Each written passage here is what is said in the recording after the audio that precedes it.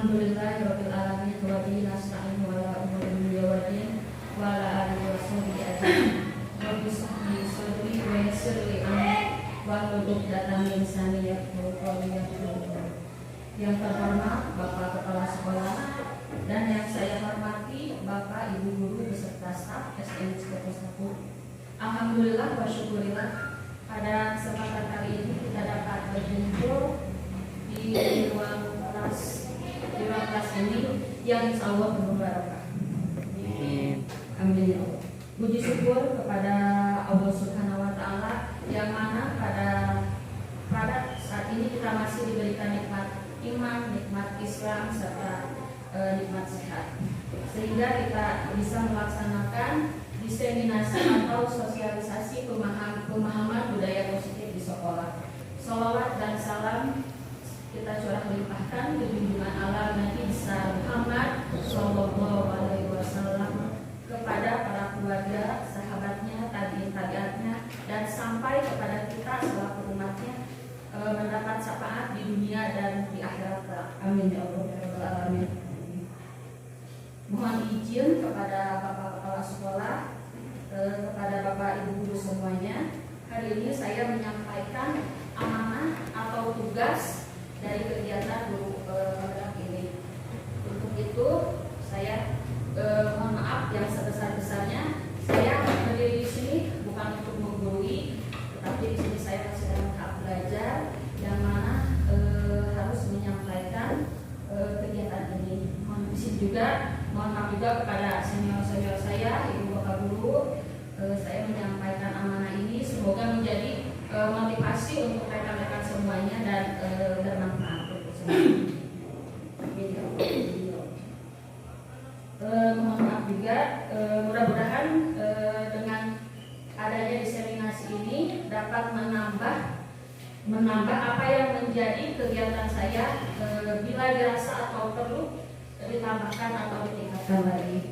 Untuk itu kita mulai saja diseminasi pemahaman budaya positif di sekolah.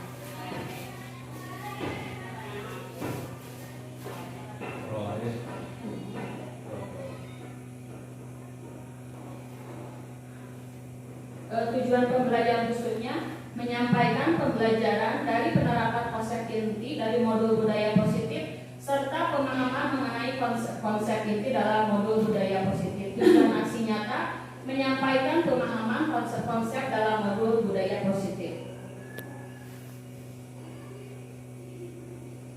Nah, di sini dijelaskan dulu mengenai budaya positif itu apa. Budaya positif adalah suatu pembiasaan yang bernilai positif, di dalamnya mengandung sejumlah kegiatan-kegiatan yang mampu menumbuhkan karakter murid. Mungkin Bapak Ibu di sini banyak sekali cara-cara menumbuhkan karakter anak ya. Tanpa disadari kita sudah melakukan hal tersebut gitu.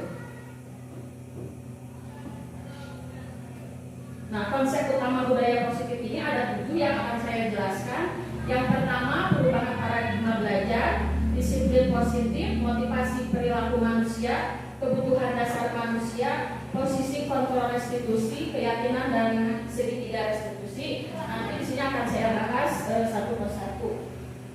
Nah, yang pertama, perubahan paradigma belajar. Pembelajaran dengan paradigma baru dilakukan berdasarkan prinsip pembelajaran yang berdiferensiasi, sehingga setiap siswa belajar sesuai dengan kebutuhan dari tahap perkembangan untuk mewujudkan profil pelajar Pancasila. Di sini berkaitan dengan profil pelajar Pancasila, yang mana pembelajaran berdiferensiasi itu pembelajaran yang topik utamanya murid, berpihak pada murid. Jadi kita belajar dengan sesuai dengan karakter atau minat dan bakat murid itu tersendiri. Nah, di sini ada perubahan paradigma belajar. Perubahan paradigma belajar inilah yang akan membentuk karakter para murid, yaitu sesuai dengan profil pelajar Pancasila, terwujudnya penerus bangsa yang berakhlak mulia, cerdas, berkarakter, berbudaya, berteknologi digital, dan berwawasan lingkungan. Di sini merupakan dari profil pelajar Pancasila ini. Jadi diharapkan siswa itu di sini ada bergotong royong, banyak sekali profil pelajar Pancasila itu, diantaranya kreatif, berwawasan memiliki karakter-karakter seperti ini. Nah, yang kedua yaitu disiplin positif. Disiplin positif merupakan salah satu cara penerapan disiplin yang bertujuan untuk menumbuhkan kesadaran serta memberdayakan anak untuk melakukan sesuatu tanpa paksaan, ancaman, dan hukuman. Sebagai pendidik, tujuan kita adalah menciptakan anak-anak yang memiliki disiplin diri sehingga mereka bisa berperilaku dengan mengacu pada nilai-nilai kebajikan universal atau nilai-nilai kebaikan dan memiliki motivasi intrinsik, motivasi yang terdapat dari diri sendiri, jadi bukan karena dari orang lain atau intrinsik dari luar. Nah, di sini ada motivasi perilaku manusia, mungkin apa hubungannya gitu ya, tapi di sini akan sangat berhubungan dengan murid gitu. Motivasi perilaku manusia menurut Diane Boston dalam bukunya Restructuring School Discipline menyatakan ada 3 motivasi perilaku manusia. Yang pertama untuk menghindari ketidaknyamanan atau hukuman. Di sini murid melakukan disiplin diri karena takut dihukum. Ini adalah tingkatan terendah dari motivasi perilaku manusia. Nah, motivasi ini bukan berasal dari diri sendiri, tapi itu dari luar, eksternal, ini bukan kemauan dari diri sendiri. Mereka mau disiplin karena takut gitu, karena takut ancaman, takut hukuman dari guru. Yang kedua, untuk mendapatkan imbalan atau penghargaan dari orang lain. Murid melakukan disiplin diri karena ia menginginkan imbalan atau penghargaan dari orang lain. Nah, motivasi ini juga bersifat eksternal atau dari luar, bukan kemauan dari diri sendiri juga. Nah, ini yang ketiga, motivasi perilaku manusia untuk menjadi orang yang mereka inginkan dan menghargai diri sendiri dengan nilai-nilai yang mereka percaya. Murid di sini melakukan disiplin diri karena sadar akan nilai-nilai kebajikan yang mereka yakini dan hargai.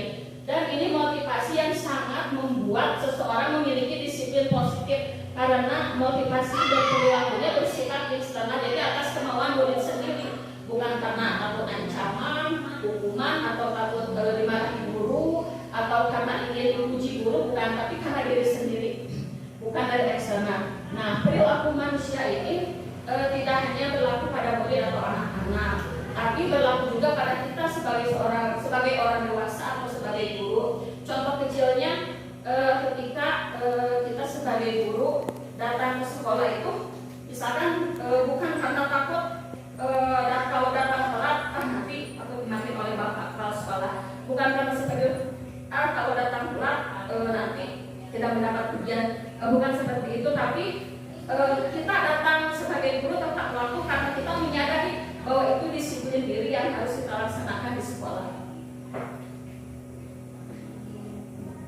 Nah, di sini kebetulan ada Ibu Nita, ada contohnya kebutuhan dasar manusia, yaitu ini pertanyaan pemantiknya. Ibu Nita, guru wali kelas 2A di SD Pelita Hati, sedang bingung menghadapi ulah salah satu murid di kelasnya yang bernama Sidoni. Beberapa anak di kelas 2A telah datang padanya dan mengeluhkan Doni yang seringkali meminta bekal makan siang dengan paksa. Jika Anda menghadapi situasi seperti Ibu Nita, apa yang Anda lakukan? Menurut Anda kira-kira apa alasan Doni melakukan hal itu? Banyak ya Bapak Ibu guru, mungkin alasan si Doni lapar, atau bisa juga iseng malak temannya, itu mengambil makanan temannya.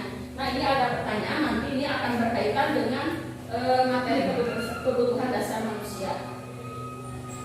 Nah, yang pertama, kebutuhan dasar manusia itu kebutuhan bertahan hidup, yang mana kebutuhan ini bersifat fisiologis, misalnya kesehatan, rumah, dan makanan. Nah, berkaitan dengan kasus Sidoni tadi, kalau alasan Sidoni ditanya oleh Bu Nita, kenapa kamu mengambil bekal temannya?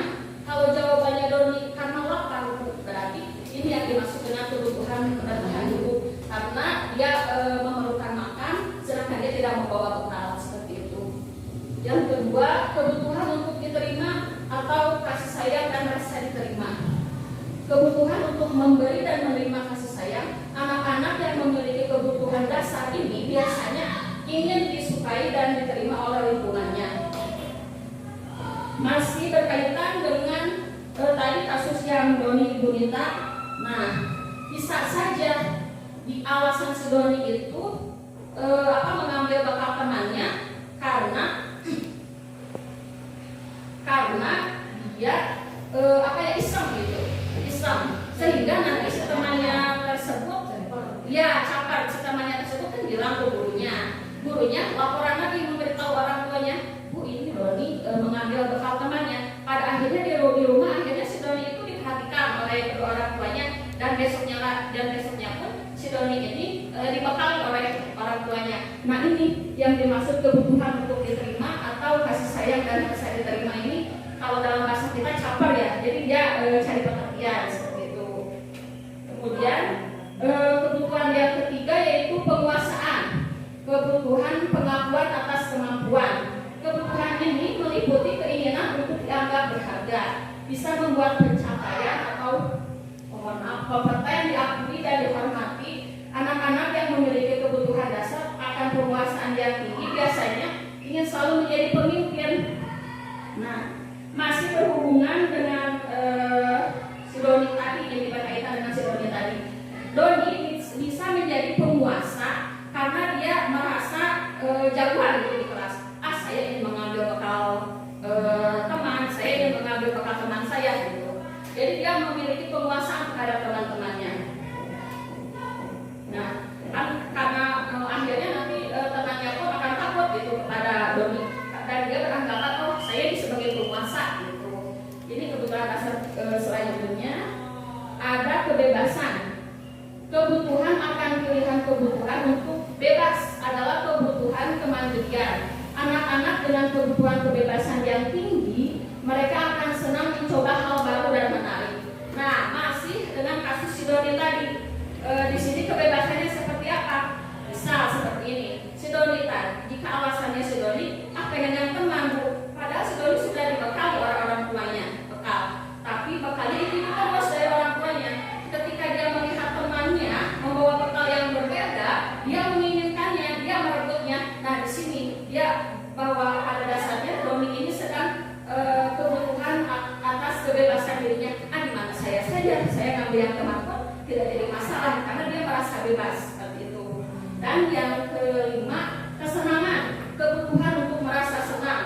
Kebutuhan akan kesenangan adalah kebutuhan untuk mencari kesenangan bermain dan tertawa. Nah, masih dengan kasus Doni lagi. Tadi di mana letak kesenangannya? Ketika si Doni ini mengambil bekal temannya, dia akan temannya itu marah, dia melihat ekspresi teman-temannya lucu itu marahnya, jadi dia senang melihat teman-temannya marah ketika bekalnya diambil. Nah, itu adalah pada dasarnya si Doni ini sedang melakukan kebutuhan kesenangannya atas dirinya sendiri.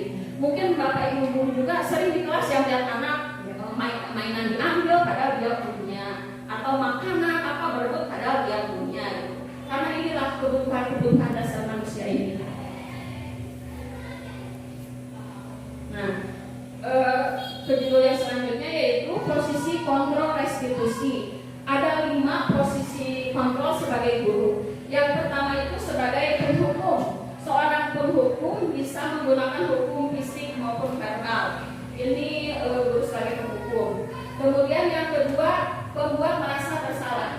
Guru pada posisi ini, guru akan bersuara lebih lembut, membuat orang lain merasa tidak nyaman, bersalah, atau rendah diri. Misalkan, ibu kecewa sama kamu, atau lembut suaranya, tapi di situ ada kata-kata yang menekankan ibu kecewa sama kamu, ibu gak mau ngajar kamu lagi, mungkin seperti itu. Kemudian yang ketiga ada posisi sebagai teman. Pada posisi ini, guru tidak akan menyakiti murid, namun akan tetap mengontrol pada murid melalui persuasi. Nah, guru akan sebagai teman terhadap murid tersebut. Tetapi di sini sisi negatifnya, ketika guru tidak membantu murid, murid itu akan merasa kecewa terhadap guru. Gitu, jadi nggak mau ngebantuin lagi. Padahal si murid tersebut telah menganggap kita sebagai teman. Itu sisi negatifnya. Yang keempat, ada posisi sebagai pemantau. Seorang memantau berarti mengawasi. Seorang pemantau sangat mengandalkan perhitungan, catatan data yang dapat digunakan sebagai bukti atas perilaku seseorang. Pada posisi ini, guru selalu melibatkan dengan konsekuensi. Kamu kalau tidak kalau telat masuk kelas, nanti kamu ini ya, itu seperti itu. Posisi pemantau. Nah, yang kelima, ini yang paling ideal. Posisi manajer, posisi di mana guru berbuat sesuatu bersama dengan murid, mempersilahkan murid, mempertanggungjawabkan perilakunya, mendukung murid agar menemukan solusi atas permasalahannya. Bapak Ibu semua, saya pun sama ya. Kadang sebagai guru kita ceplosan gitu. Ya kamu kemarin aku ikutnya diskusi karena seperti itu mungkin ya ada aja gitu kadang kelepasan. Nah ternyata di sini ada 5 posisi kontrol restitusi dalam menanggulangi murid-murid yang seperti itu. Nah posisi 5 inilah, posisi manajer inilah yang sangat ideal. Kita panggil anak tersebut, kita baik-baik, kita lakukan sehingga anak tersebut menemukan kesalahan dia dan mau mempertanggungjawabkan kesalahannya dengan mencari solusi bersama.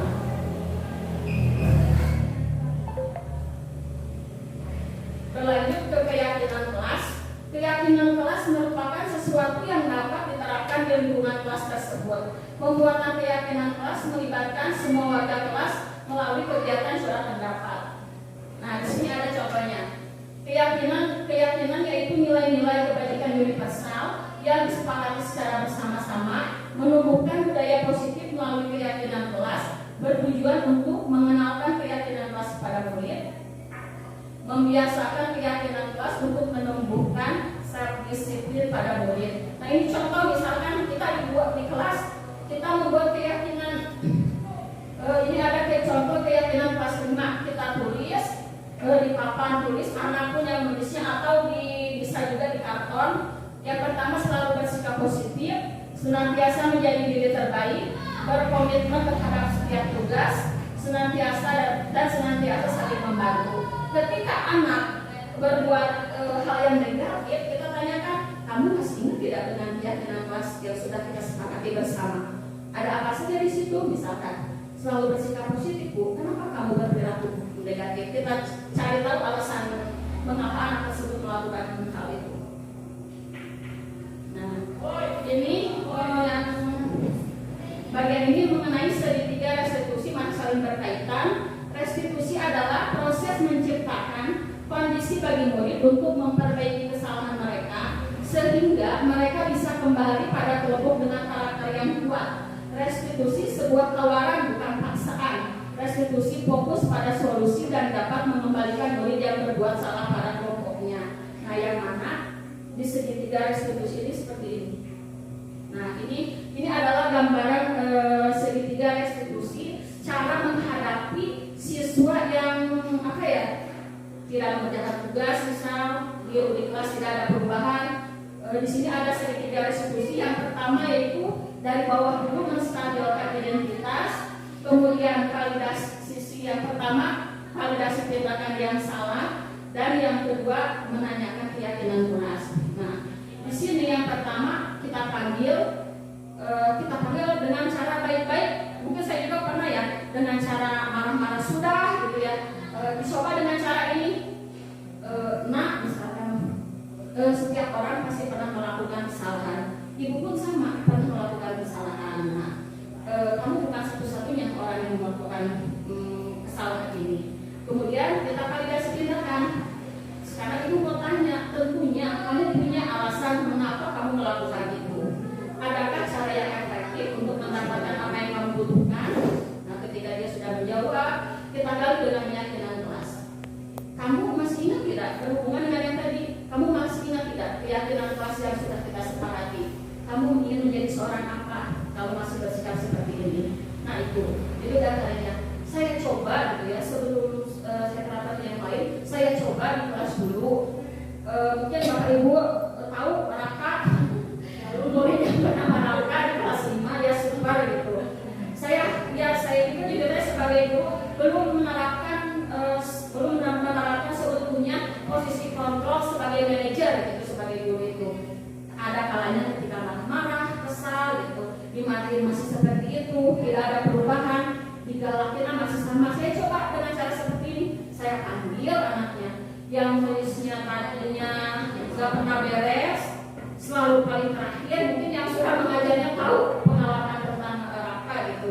Alhamdulillah di semester 2 ini dia sudah ada perubahan, bahkan dia diajak oleh temannya, udah nulis ibu guru rumah mau tahu dia, mau kan saya marah nulis ibu guru katanya dia seperti itu.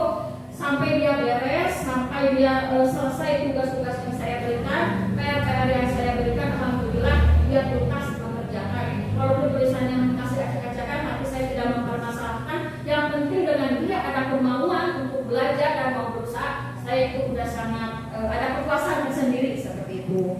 Ini kan mengenai segitiga restitusi, mungkin bisa dicoba pelan-pelan. Saya pun awalnya ragu gitu, ada kadang ada pikiran seperti itu, belum dicoba belum apa, tapi dengan menggunakan baik-baik dengan cara seperti ini saya mencobanya.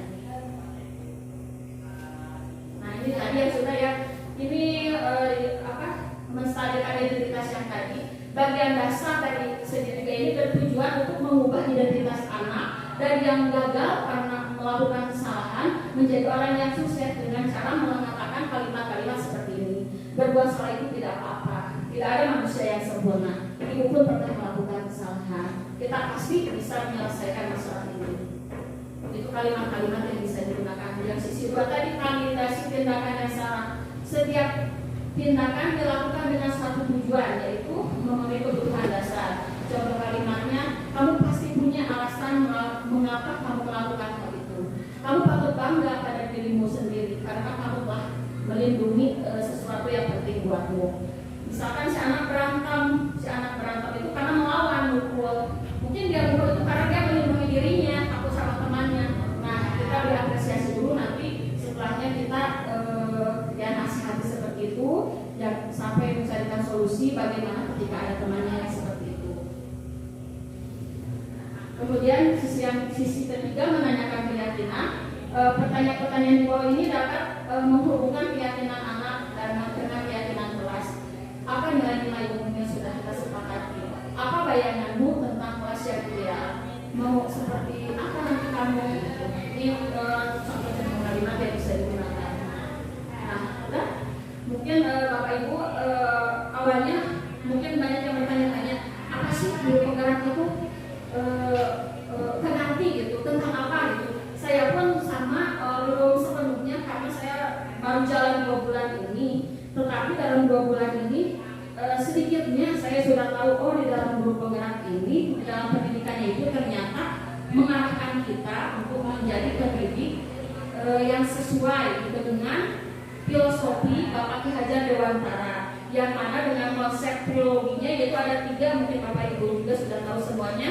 Yang pertama Inarso Subtolodo, di depan kita menjadi teladan, dan yang kedua Imaria Mamungkaso, yaitu di tengah kita memberi motivasi kepada peserta didik kita, dan yang ketiga Klumuri Handayani memberi dorongan dari belakang. Mungkin itu saja Bapak Ibu guru yang dapat saya sampaikan. Mohon maaf apabila ada kesalahan. Ungdur malkola walatangzur mankola. Jangan melihat siapa yang berbicara, tapi lihat apa yang ingin dibicarakan. Mungkin itu saja.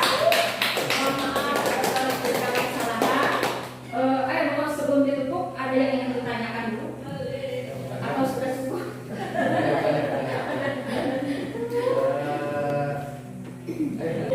Kita yang dijadikan server. Untuk Bayu mungkin di kelas sebelah.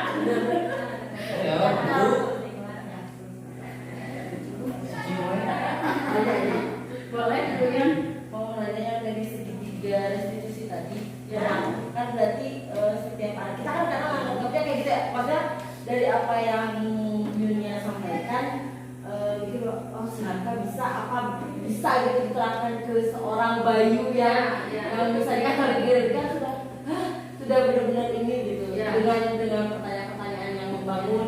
Terus apa kita yang awal yang harus kita lakukan dulu, apakah membuat keyakinan dulu kelas ke anak-anak seperti apa atau bagaimana? Ya, oke Bu Dian, terima kasih atas pertanyaannya. Bisa dengan panggil juga ya, bisa kita yang pertama itu membuat keyakinan kelas dulu. Keyakinan kelas itu tidak usah banyak-banyak, yang kalimatnya pun tidak usah panjang-panjang, yang mudah diingat, asal yang mudah anak ucapkan, yang mudah diingat saja kayak tadi Salima atau apa. Nah, sepakati di kelas ini pengen seperti apa sih nak? Bukan anak, pengen seperti apa? Nah kalau sudah disepakati kita tempel ada sebuah karton bisa seperti itu. Saya belum gitu ya, tapi kata-katanya baru yang tadi itu tapi belum ditempelkan. Kalau sudah disepakati bersama, ketika ada yang molek atau ada yang melanggar hal tersebut, kita tidak perlu menghukum, cuma kita tanya aja, benar tidak keyakinan kelas yang sudah disepakati bersama itu. Nah setelah itu, kalau khusus untuk Bayu, tadinya saya juga ragu kenapa itu, karena kan dia sama di kelas suka ya nggak bisa ini, maka si anak nggak bisa nempel ke kursi gitu terus aja pulang balik gitu ya. Udah disediakan kursi ya gampang di bawah sampai nggak beres gitu nulisnya pun. Nah coba saja ke Bayu gitu ya, siapa tahu berhasil dengan cara Bayu seperti ini. Kenapa juga awalnya saya marah sudah melalui kegiatan ini, melalui cara ini siapa tahu berhasil seperti itu. Gimana kalian silakan coba berhasil. Terima kasih. Keyakinan kelas. Sedikit ya. Aku sendiri secara umum aja kalau kayak memang terus terang aja apa yang disampaikan sama itu pas sekali, artinya bahwa itu sebenarnya seperti itu. Yang pertama kita harus selaku gurunya dulu yang harus bergerak, harus mempunyai karakter positif ini yang paling pokok. Harus siap dan harus ikhlas, harus melaksanakan itu. Jadi jangan kalau ada ini mah pada umumnya kasusnya kasus terjadi kenakalan anak saja kan ya. Pada umumnya baru sampai ke sini baru belajar bersama. Jadi ketika kita menghadapi anak seperti ini, kenakalan anak seperti ini, kita terkadang tidak kontrol pada diri sendiri, tidak kontrol sehingga bahwa anak berbuat begitu, ya anaknya udah salah, langsung diponis nih anak tertentu. Padahal dijudge itu. Padahal sebetulnya kita itu harus sedikit mengetahui dan harus ingin tahu anak itu kenapa berbuat seperti itu.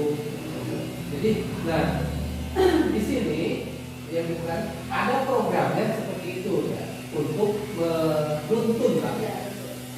menuntun membimbing agar anak itu bisa berubah gitu, baik sikap, mental dan lain sebagainya. Itu tadi kalau lihat kasus Dori seperti itu, memang banyak di kita itu pada anak-anak kita itu ada yang broken, banyak kayak seperti itu. Ada sekali kasus-kasusnya. Nah, jelas sekali lah gitu. Kita itu sebenarnya yang boleh dikatakan bahwa inilah yang seharusnya tidak seperti zaman dulu. Kalau dulu kan kita kayak yang punya kewenangan, kalau anak salah ya iya tanpa apa dan sebagainya. Lalu kita tidak tidak